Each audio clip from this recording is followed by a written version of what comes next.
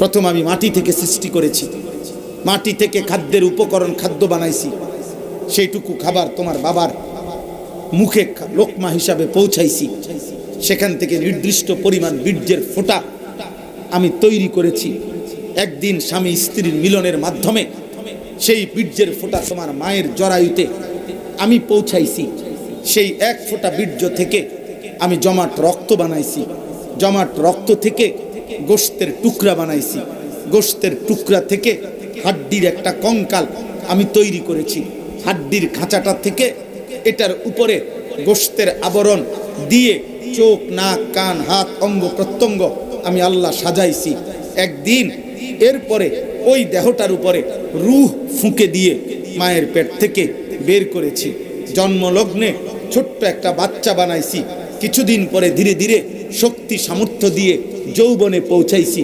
কিছুদিন পরে আবার শক্তিটা কমায় দিয়ে বৃদ্ধ বানাইছি।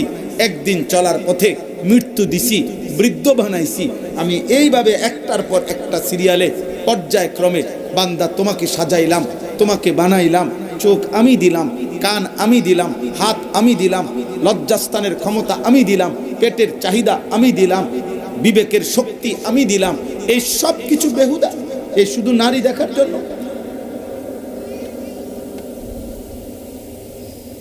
শুধু এই অস্থির ছবি দেখার জন্য। ওই দেখেন, ওই বেয়াদব দেখেন, ওই দেখেন হিংস্র মানুষের মতো তাকাইয়েই আছে নিজের মতো। কে বলে, কোন হুজুরে বলে, কোনো খবর নাই। ওই আর মোবাইল নিয়েই ব্যস্ত। আর অধিকাংশ ছেলেই প্রতিবন্ধী, সোজা সোজা প্রতিবন্ধী, মানসিক ভারসাম্যহীন।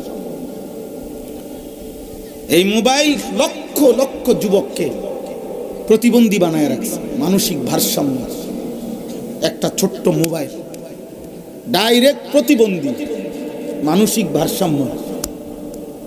তারে সামান্য মাত্র 14,000 12,000 টাকার একটা মোবাইলে তারে আল্লাহ ভুলাই দিচ্ছে। তার মালিকের থেকে তার সম্পর্ক বিচ্ছিন্ন করেছে, তার মদিনার রসুল থেকে তার থেকে সম্পর্ক কাটা দিয়েছে। তার বাবা মার ইজ্জত সম্মান বংশের মর্যাদা থেকে সে একটা নতুন প্রাণী, যে প্রাণীর সাথে তার ধর্মের কোনো সম্পর্ক নেই। বলো মিয়া, নইলে একটা ছেলে দাঁড়াইয়া বলো, তোমার চুল থেকে মাথা পর্যন্ত, নখ পর্যন্ত, পায়ের, তুমি তোমাকে মুসলমান প্রমাণ করো। চেহারার দাড়ি কোথায়? এই চুলে রাসূলুল্লাহ সাল্লাল্লাহু আলাইহি ওয়াসাল্লামের সুন্নাত কোথায়?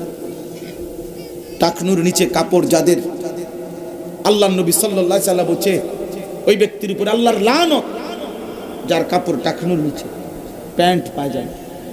আল্লাহর নবী বলছে শবে বারাত, যেই রাতে আল্লাহ তাআলা কোটি কোটি বান্দার গুনাহ মাফ করে, সেই রাতেও টাকনুর নিচে যাদের কাপড়, এই নাফরমানের গুনাহ পাপ আল্লাহ মাফ করবে না।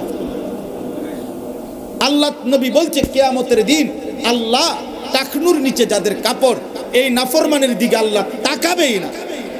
লা ইয়ানজুরুল্লাহু ইলাইহিম, তাকাবে না আল্লাহ তার দিকে।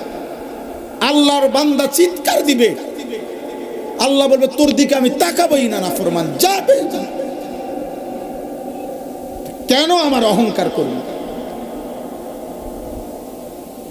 রাসূলুল্লাহ সাল্লাল্লাহু আলাইহি ওয়াসাল্লাম সাহাবায়ে কেরাম বলতেন, নবীর চেহারা মোবারকের দিকে তাকাইয়া কয় যে দুনিয়াবাসী, এই যে কোরআন কামরা এর